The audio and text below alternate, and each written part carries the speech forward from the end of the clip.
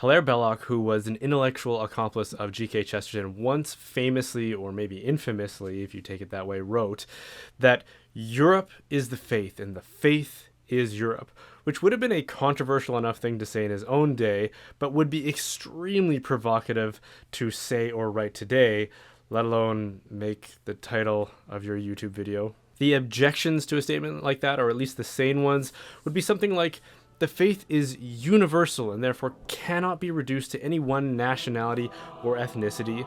And if that's what Belloc meant, then that would be a valid criticism. But what if he was talking about culture instead of ethnicity? Because those things aren't the same thing.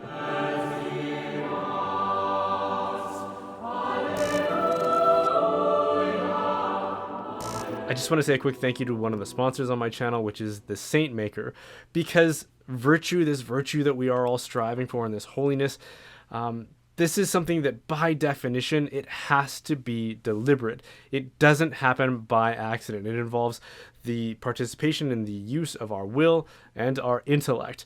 Fit is something that happens on purpose. Fat is something that happens by accident. So if you're hoping to grow in discipline and virtue by accident, I'm afraid you're deluding yourself. This kind of growth in your moral maturity requires commitments. It requires specific commitments, not just broad ones like, oh, I need to be growing in temperance, but specific, nuanced commitments on a daily basis. And if you don't account for grace as an essential ingredient in your moral maturity, then again, you're going to run into problems. And I urge you, as someone who has tried every shortcut and every lazy person's way out, you have to take my word for it. So the Saint Maker, which is this quarterly planner, which is beautifully designed, is like a supercharged spiritual planner and life planner, and it helps you be deliberate about this. It includes goal planning, devotions, spiritual planning. It even includes the liturgical calendar, both the old and the new, so you can plan your spiritual goals around feasts and upcoming important liturgical events. You can grab yours at thesaintmaker.com, and if you use the promo code Brian Holdsworth, they'll give you 10% off. So again, check it out at thesaintmaker.com. When Jesus spoke about nations in the gospel, as in go and make disciples of all nations, his use of the word nation would have been really similar to what we mean by ethnicity. And in fact, the Koine Greek word in that passage of scripture is ethne, the one that is translated into nations, which is where we get ethnic from. The Israelites, the people that Jesus was born among, were a nation that God had raised up in a covenant, a specific covenant with one nation through the prophet Moses. But in the incarnation of Jesus and the new covenant that he establishes, God was creating a covenant with not just one nation, but the entire world, with all the nations. In other words, it was a universal covenant that wasn't just limited to one nation. So on the face of it, it appears like Belloc is missing an essential part of the gospel, and a really obvious part about it as well. And whenever someone like myself, like an Orthodox traditional Catholic, tries to defend traditional cultural elements of the Latin rite of the church, things like chant and polyphony and Gregorian chant and traditional liturgy, many people will push back with the same kind of objection, saying that this is just the same old attempt to try to reduce the faith from something universal to something more specific and national and ethnically oriented in character, tied to an ethnicity like Europe. If we can set aside the massive problem with this idea that Europe is an ethnicity, when in fact it's a massive array of ethnicities, I still think that this kind of reply fails to it makes an important mistake, which is that it fails to make a distinction between culture and ethnicity.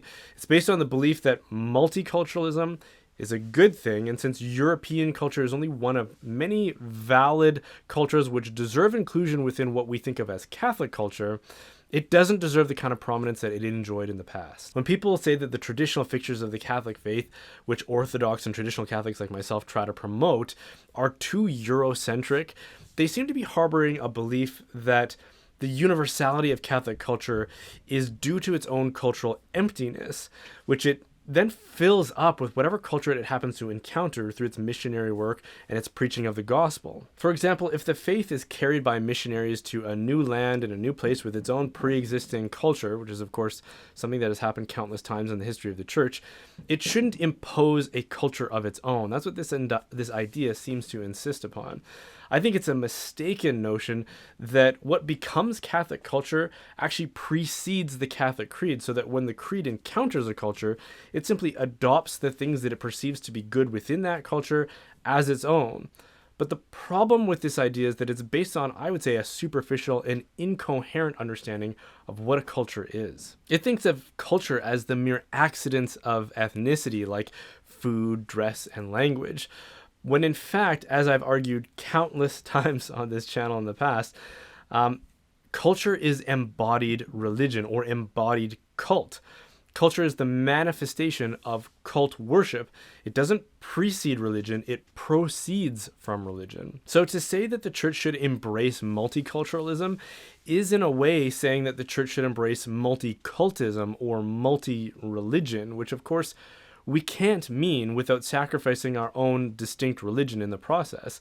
It should also come as no surprise to us that wherever and to whatever degree we've adopted this kind of cultural relativism within the church, our creed has suffered relentless attempts to vandalize itself from within. We now have some of the highest ranking clergymen advocating that timeless and continuously taught and affirmed Catholic doctrines should be changed to better fit the sensibilities of the world.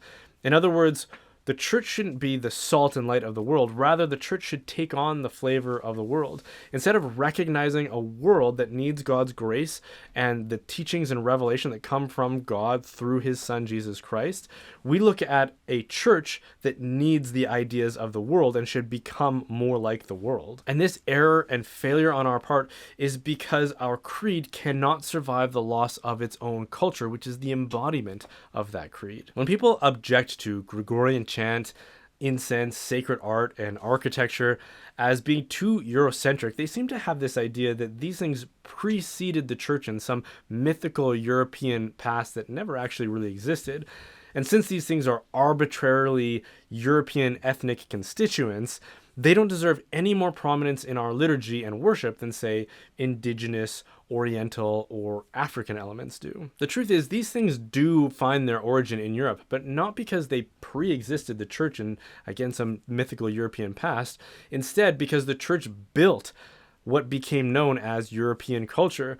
That culture was uniquely born out of the embodiment of Christianity, not the other way around. Traditional European culture is a uniquely Christocentric culture entirely because it was the Catholic Christian creed which preceded and inspired all of these things that we think of as being ethnically European. Whereas a lot of the cultural elements of other nations which preceded Christianity are not Christocentric because they are the embodiment of other forms of worship, and I would even say contrary forms of worship, and therefore create all kinds of incompatibilities with Catholic worship and the Catholic creed. So let's again look at something like Gregorian chant. This isn't something that the church adopted in and claimed from some other culture. It is a uniquely sacred music developed wholly and specifically for Catholic cultural worship by Catholics. The same is true for Gothic architecture. It doesn't find its origin in pre-Christian ethnicity. It's the product of a Catholic culture. It is a uniquely Catholic form of architecture inspired by the distinct qualities of the Catholic creed and the forms of worship which it encourages and engenders. And of course, the Jewish faith and people were and are undeniably influential in the establishment and perpetuation and the fulfillment of Catholic culture, which is this new covenant of worship, which is the fulfillment of the old covenant of worship, which was specifically and explicitly established by God. So all of those old elements are incorporated in those things that have universal and timeless and are grounded in the truth of who God is and how it is that we are supposed to justly worship him. Things like sacrifice and priesthood, scripture, revelation, spiritual authority, tabernacles and the presence of God on earth, plain song, and cosmic orientation within our worship. And in fact, if we're going to be really honest about this, I think it's really hard to claim that there even was such a thing as a Europe prior to the Catholic Church. There was the Roman Empire, the Hellenistic world of ancient Greece, And of course, the Jewish people, who we already made mention of, who eventually became part of that Roman Empire, which would have included also portions of Northern Africa, the Middle East, Spain, pretty much all of the Mediterranean, and even parts of Great Britain. But what eventually became Europe was not some kind of seamless continuation of that world. And nor is it helpful or accurate to think of Europe as a single ethnicity. Europe encompasses a vast array of ethnicities and peoples who, for a time, found a unifying principle in a Christian culture. And for the first time in their history, were able to think of their neighbors as in a more fraternal way rather than merely as rivals because of their shared Christian identity. And while we're being honest with ourselves, I think we need to ask ourselves why God chose that place and that time for the incarnation and the eventual redemption of the world. We can't treat the providence of God as something that is arbitrary and inconsequential.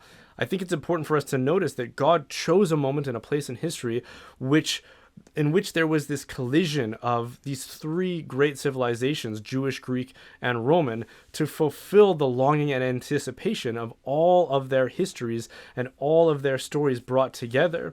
And it probably also isn't a coincidence that all three languages appear inscribed on the instrument of our salvation, which is the cross that Jesus was lifted up upon. And while the peculiarities and the distinctions of all three of those civilizations would be scattered and kind of fade into obscurity, what was good and true and universal in all of them was adopted and assumed into the life of the church, and a new and uniquely Christocentric culture emerged out of them. So the Europe that emerged in the age of the church isn't one among many valid cultures that we could draw from in our process of enculturation.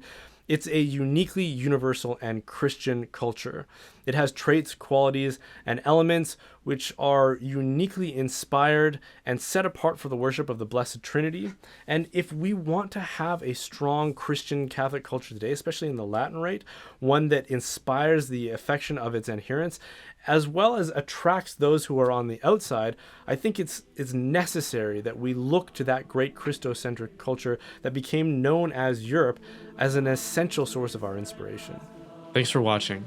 The reason I can continue making content like this is because of the generous support of my viewers. If you feel called to support this work, then consider joining the Reinforcements, which is my online community. There are multiple tiers, including free access for those who can't help financially but still want to join. You can join up at www.brianholdsworth.ca. Certain levels will also get a free gift basket from Glory and Shine, who is a family-owned Catholic bath and body products company whose beard balm I'm wearing right now. It's like aromatherapy for your face. Even if you don't join, they make amazing products, so check them out at gloryandshine.com. And don't forget to like and subscribe. You don't have to agree with everything I said to get value out of these kinds of conversations, so be sure to subscribe to be edified or challenged. There's value in both.